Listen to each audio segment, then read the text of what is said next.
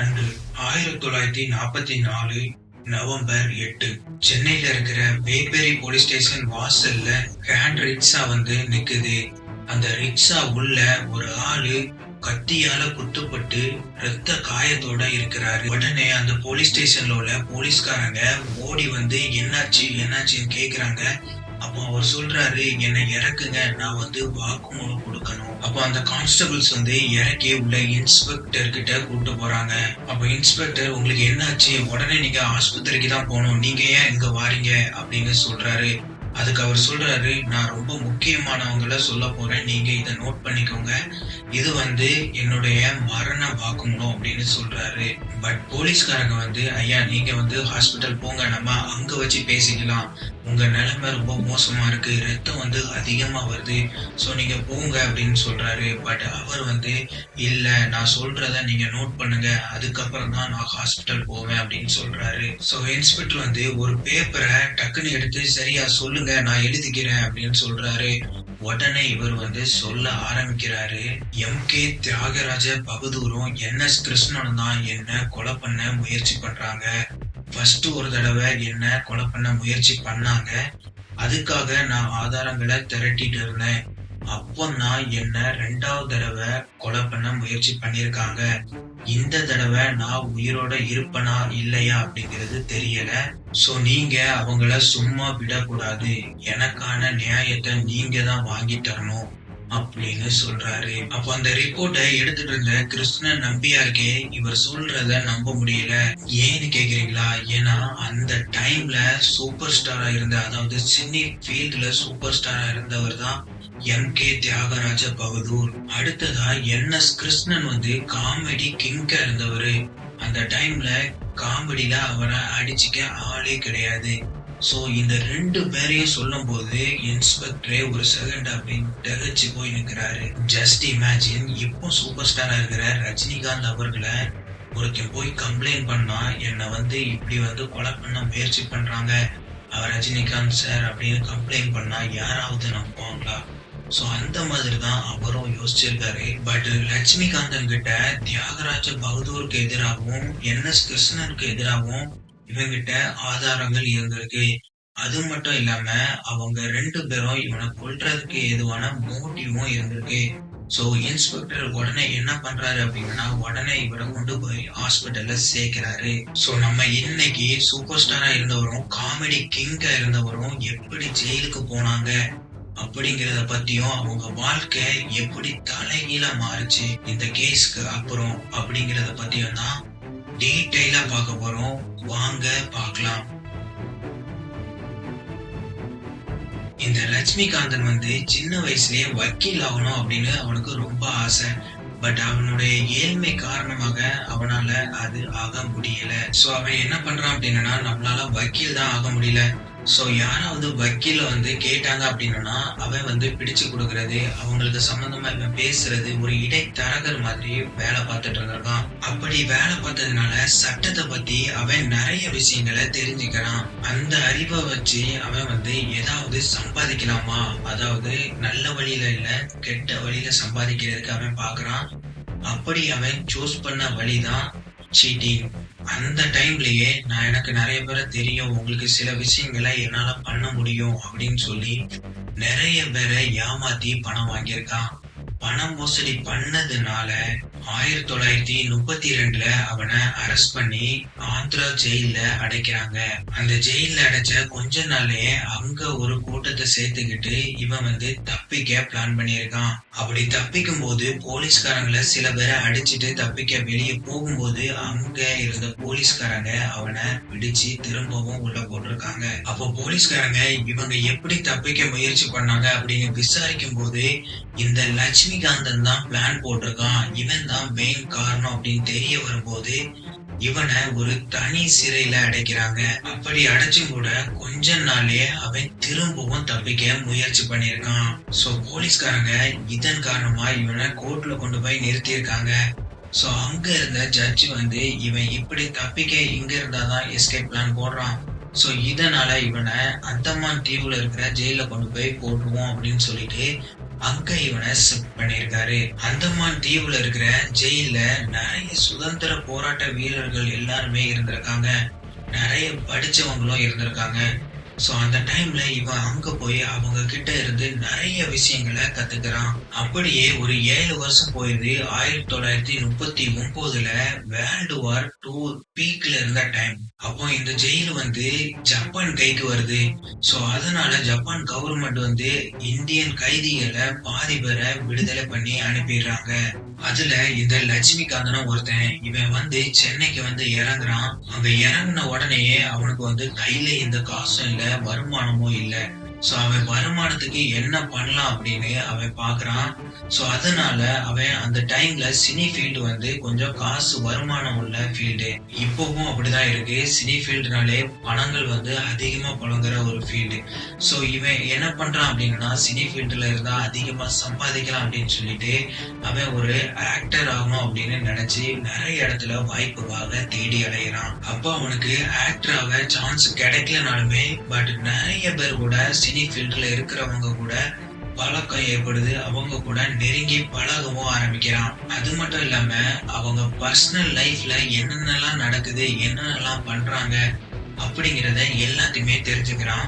So இத வச்சு நமக்கு ஏதோ வருமானம் இருக்குதா அப்படிங்கறத அவன் பாக்குறான். அதுக்காக அவன் எடுத்த ஆயுதம் தான் பெண். அந்த பெண்ணு தான் அவனையே கொலை செய்ய போகுது அப்படின்னு அப்போ அவனுக்கு தெரியல.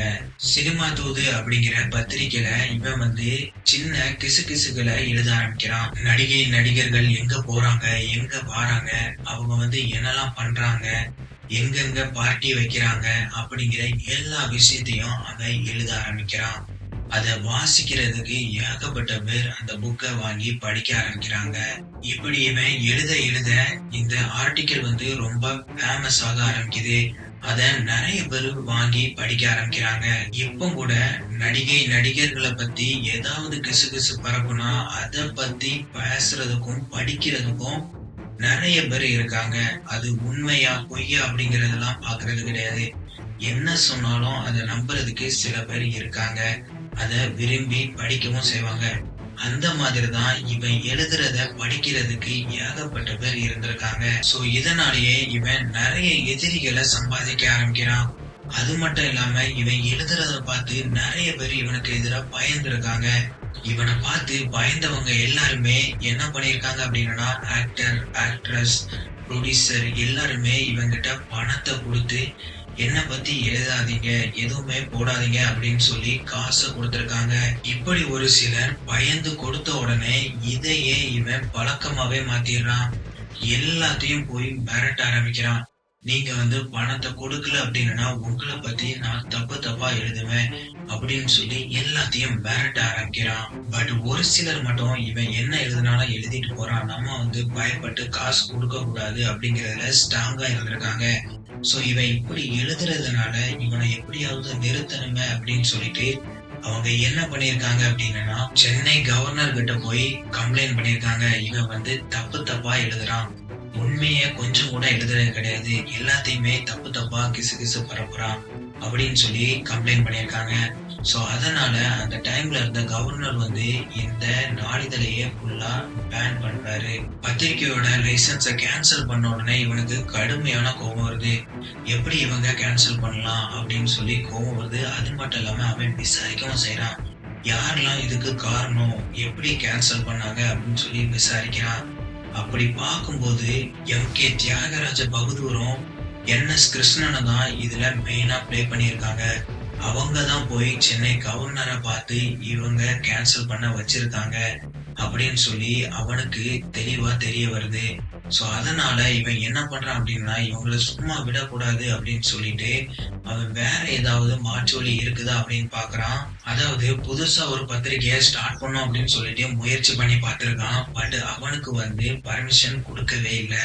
சோ இவங்க பர்மிஷன் கொடுக்க மாட்டாங்க அப்படிங்கிறது அவனுக்கு நல்லா தெரிய வருது. சோ இவன் என்ன பண்றான் அப்படின்னா நமக்கு பர்மிஷன் புதுசா ஓபன் பண்ணதான் தர மாட்டாங்க, ஏற்கனவே ரன் ஆயிட்டு இருக்கிற பத்திரிகையை நம்ம ஏதாவது ஒண்ணு வாங்கினா நம்ம வந்து எழுதலாம் அப்படின்னு சொல்லிட்டு அவன் என்ன பண்றான் அப்படின்னா, நட்டத்துல போயிட்டு இருக்க இந்து நேஷன் அப்படிங்கிற ஒரு பத்திரிக்கைய அவன் போய் வாங்குறான். அந்த பத்திரிக்கையில அவன் திரும்பவும் கிசுகிசுகளை எழுத ஆரம்பிக்கிறான். இதுல யார டார்கெட் பண்றான் அப்படின்னா, முக்கியமா எம்.கே. தியாகராஜ பகதூரையும் என்.எஸ். கிருஷ்ணனையும் தான் டார்கெட் பண்ணி பேச ஆரம்பிக்கிறான். அதாவது அவங்கள பத்தி மட்டும்தான் இவன் எழுத ஆரம்பிக்கிறான். நிறைய விஷயங்களை தப்பு தப்பா எழுத ஆரம்பிக்கிறான். அதாவது அந்த 2 பேரையும் டார்கெட் பண்ணி எழுத ஆரம்பிக்கிறான். வேற யாரெல்லாம் காசு கொடுக்கலையோ அவங்களையும் பத்தி இவன் மோசமான நிலையில எழுத ஆரம்பிக்கிறான். சோ இவனை எப்படியாவது ஸ்டாப் பண்ணணுமே அப்படின்னு சொல்லிட்டு எம்.கே. தியாகராஜ பகதூரும் என்.எஸ். கிருஷ்ணனும் முயற்சி பண்றாங்க. அவங்கிட்ட போய் பேசி பாக்குறாங்க. பட் அவன் கேக்குறதா இல்ல. சோ அதனால என்ன பண்றாங்க அப்படின்னா, ஒரு 4 பேர்கிட்ட கொஞ்சமா பணத்தை கொடுத்து, இனிமே இவன் இந்த விஷயத்த பத்தி எல்லாம் எழுதக்கூடாது, அதுக்காக நீங்க அவனை கொஞ்சம் மிரட்டி விடுங்க. இனிமே எழுதுனா அப்படின்னா அவனை கொலை கூட நம்ம பண்ணுவோம் அப்படிங்கிறது அவனுக்கு தெரியணும் அப்படின்னு அவங்க பிளான் பண்றாங்க. சோ ஜூலை 1944ல அவன் பத்திரிகை ஆபீஸ்க்கு போயிட்டு வந்துட்டு இருக்க வழியில அவனை வழி மறிச்சு மிரட்டி பார்த்திருக்காங்க. பட் அவன் கேக்குறதா இல்ல. சோ அதனால அங்க இருந்த ஒருத்தன் கத்தி எடுத்து அவன் கழுத்திலேயே குத்தி இருக்கான். குத்திட்டு அங்க இருந்து ஓடி போயிருக்கான். பட் அவனை கொலை பண்ணணும்னு நினைக்கல. அவனை கண்டிப்பா மிரட்டணும் அப்படிங்கிறதுக்காக அவன் கழுத்துலயே குத்திட்டு ஓடி போயிருக்கான். அங்க சுத்தி இருந்த ஆட்கள் இவனை ஹாஸ்பிட்டல்ல கொண்டு போய் சேர்க்கிறாங்க. 1 மாசம் ஹாஸ்பிட்டல்ல தான் இருந்திருக்கான். அதுக்கப்புறம் அவன் வெளியே யார் இதை பண்ணிருப்பா அப்படின்னு சொல்லி தேட ஆரம்பிக்கிறான். அப்படி தேடும் போதுதான் இத பண்ணது எம்.கே. தியாகராஜ பகதூரும் என்.எஸ். கிருஷ்ணனும் தான் இதுக்கு பின்னாடி இருக்காங்க அப்படிங்கிறது அவனுக்கு தெரிய வருது. சோ அதனால அவன் எல்லா ஆதாரங்களையும் அவங்களுக்கு எதிராக திரட்ட ஆரம்பிக்கிறான். இந்த விஷயம் தியாகராஜ பகதூருக்கும் என்.எஸ். கிருஷ்ணனுக்கும் தெரிய வருது. என்னடா இவன் மிரட்டி விட்டா விட்டுருவான்னு பார்த்தா நம்மள திரும்பவும் தோண்டிட்டு இருக்கானே, இந்த விஷயங்களை கிளறிக்கிட்டு இருக்கானே அப்படின்னு சொல்லிட்டு அவங்க இவனை முழுசா முடிக்க பிளான் பண்றாங்க. இந்த டைம் நம்ம ரொம்ப கவனமா செயல்படணும். ஏற்கனவே அவன் நம்ம மேல சந்தேகத்துல இருக்கான். இந்த விஷயம் நம்ம தான் பண்றோம்னு யாருக்குமே தெரியக்கூடாது அப்படிங்கறதுல ரொம்ப கவனமா இருந்திருக்காங்க 2 பேரும். அப்ப அவங்க கிட்ட வேலைக்கு வந்த கமலநாதன் அப்படிங்கிறவனை வச்சு 4 பேரை பிடிக்க சொல்லியிருக்காங்க. அந்த 4 பேருக்கும் 2500 ரூபாய் பேரம் பேசியிருக்காங்க. அந்த காலத்துல 2500 ரூபாங்கிறது ரொம்ப அதிகம் தான். 1 பவுன் தங்கமே 25 ரூபா தான் இருந்திருக்கு. அப்படின்னா 2500 ரூபாய் வச்சு 100 பவுன் தங்கம் வாங்கியிருக்கலாம். இப்போ 1 பவுன் தங்கம் 90,000 ரூபாய் இருக்கு. அப்படி நீங்க பாத்தீங்க அப்படின்னா 90 லட்சம் ரூபாய், அதாவது இவனை கொலை பண்ண கிட்டத்தட்ட 1 கோடி ரூபாய் பேரம் பேசியிருக்காங்க. எதுக்கு அவ்வளவு தொகை பேசியிருக்காங்க அப்படின்னா, இந்த விஷயம் யாருக்குமே தெரியக்கூடாது, இவங்க தான் பின்னாடி இருக்காங்க அப்படிங்கிறது யாருக்குமே தெரியக்கூடாது அப்படிங்கறதுல அவங்க ரொம்ப கவனமா இருந்திருக்காங்க. இன்கேஸ் இந்த 4 பேரும் மாட்டினாலும் இவங்க பேர் வெளியே வரக்கூடாது அப்படிங்கறதையும் அவங்க கிட்டே சொல்லியிருக்காங்க. சோ அதனாலதான் இவ்வளவு பெரிய அமௌண்ட அந்த காலத்துல கொடுத்திருக்காங்க. ஃபர்ஸ்ட் அட்வான்ஸ் 500 ரூபாய் கொடுக்குறாங்க. அதுக்கப்புறம் நீங்க கொலை பண்ணி முடிச்சதுக்கு அப்புறம் நாங்க 2000 ரூபாய் தாரோம் அப்படின்னு சொல்லி அந்த 4 பேரையும் அனுப்பி வைக்கிறாங்க. சோ இந்த 4 பேரும் லட்சுமிகாந்தனை கொலை பண்றதுக்காக கரெக்டான டைமுக்கு வெயிட் பண்ணிட்டே இருந்திருக்காங்க. அவன் எங்க போறான், எப்ப வாரான் அப்படிங்கிற எல்லா தகவலையும் நோட் பண்ணிட்டே இருந்திருக்காங்க. அந்த டைம்ல இந்த லட்சுமிகாந்தன் வக்கீல் நற்குணம் வீட்டுக்கு அடிக்கடி போயிட்டு வர்றது இவங்களுக்கு தெரிய வருது. இவங்க அதை பார்க்கவும் செய்யறாங்க. அப்படி இவங்க எதிர்பார்த்த ஒரு நாள் வருது. நவம்பர் 8, 1944. அன்னைக்கு இந்த லட்சுமிகாந்தன் அவருடைய வக்கீல சந்திக்கிறதுக்காக காலையில 9 மணிக்கு பெறப்படுறாரு. அவருடைய பக்கத்து வீட்டுல இருந்த ஹேண்ட் ரிக்ஷா மேனான கோபால் அப்படிங்கிறவனை கூட்டுட்டு அந்த வக்கீல் வீட்டுக்கு போறாரு. போகும்போதே இவங்க நோட் பண்ணிடுறாங்க. இந்த 4 பேரும் நோட் பண்ணிடுறாங்க. சோ நம்ம திரும்ப வரும்போது நம்ம அவரை கொலை பண்ணலாம் அப்படின்னு காத்துட்டு இருக்காங்க. அப்படியே இந்த லட்சுமிகாந்தனும் அவருடைய வக்கீல பார்த்துட்டு சில ஆதாரங்களை ஃபைல்ல எடுத்துட்டு அவர் திரும்ப வந்துகிட்டு இருந்திருக்காரு. அப்போ இந்த 4 பேரும் ஜெனரல் காலேஜ் அப்படிங்கிற ரோட்ல தான் வெயிட் பண்ணிட்டு இருக்காங்க.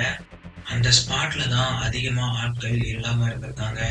சோ இவங்க வரும்போது கரெக்டா வழிமறிச்சு இவங்கள கொலை பண்றதுதான் இவங்களுடைய பிளானா இருந்திருக்கு.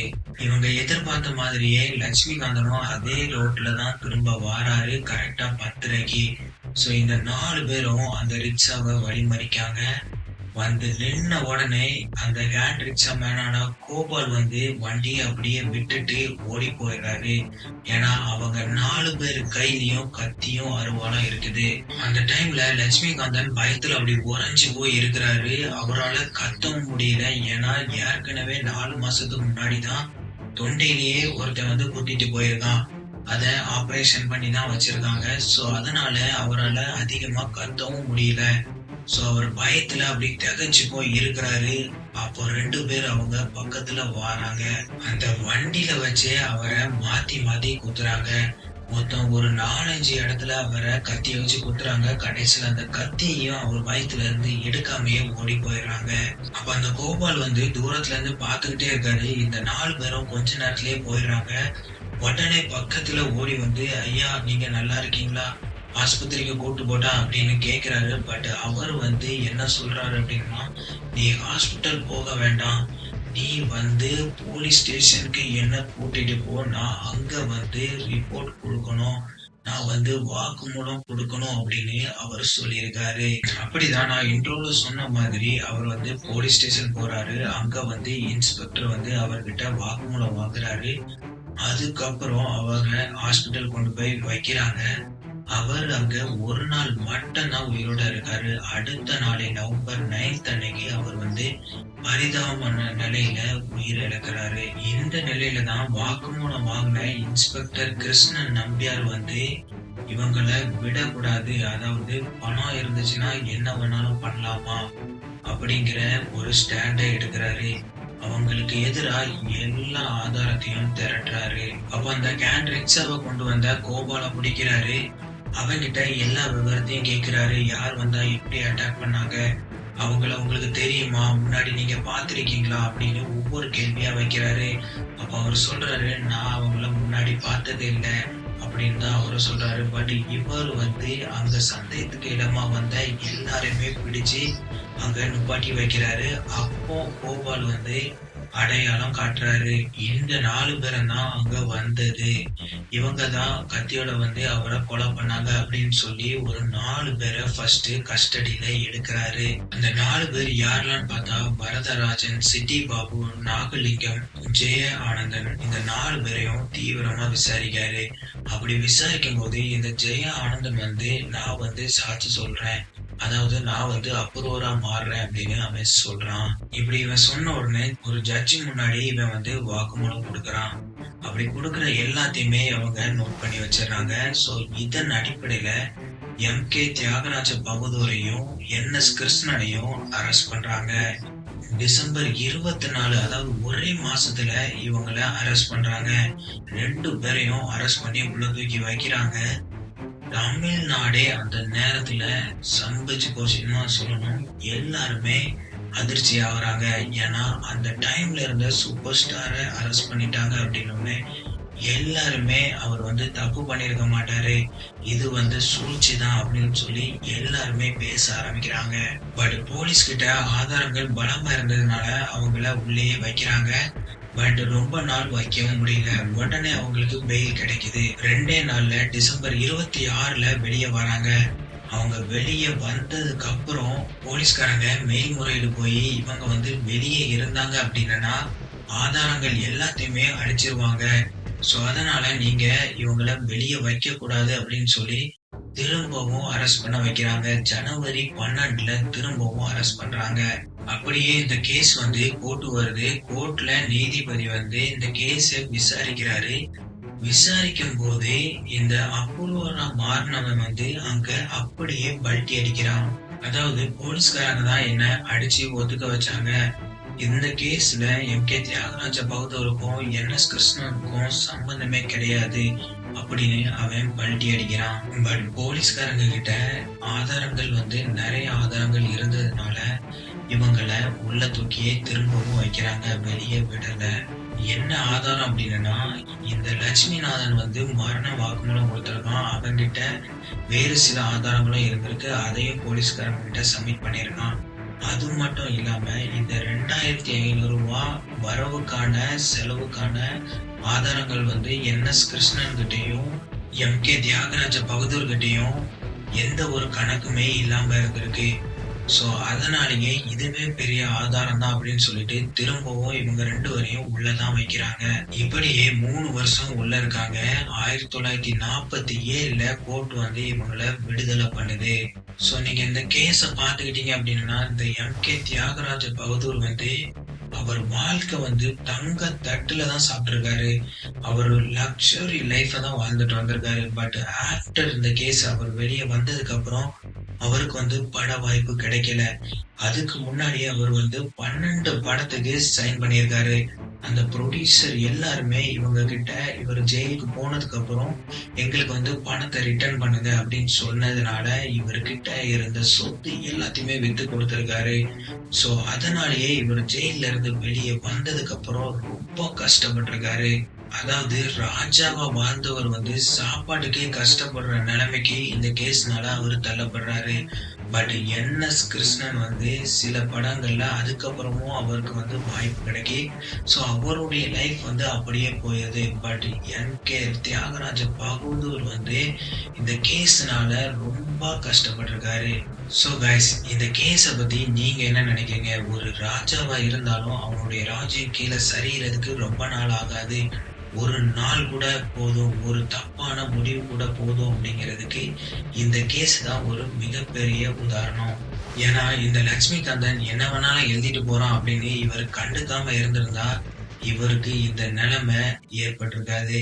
பட் அவன் எழுதுறான அப்படின்னு சொல்லிட்டு அவனை நிறுத்தணும் அப்படிங்கிறதுக்காக அவனை மிரட்ட போய் அவனை கொலை பண்ண போய் இந்த ஒரு நிலைமைக்கு அவர் தள்ளப்பட்டிருக்காரு. சோ இந்த மாதிரி நம்ம லைஃப்லயும் ஒரு சில தவறான முடிவுகளை என்னைக்கும் எடுத்துடவே கூடாது. கோபத்தினாலையும் அவசரத்தினாலையும் எடுக்கிற எந்த முடிவுமே சரி வராது. அதை நீங்க எப்போதுமே புரிஞ்சுக்கணும். சோ நம்ம அடுத்த வீடியோல சந்திக்கலாம். பாய் பாய்.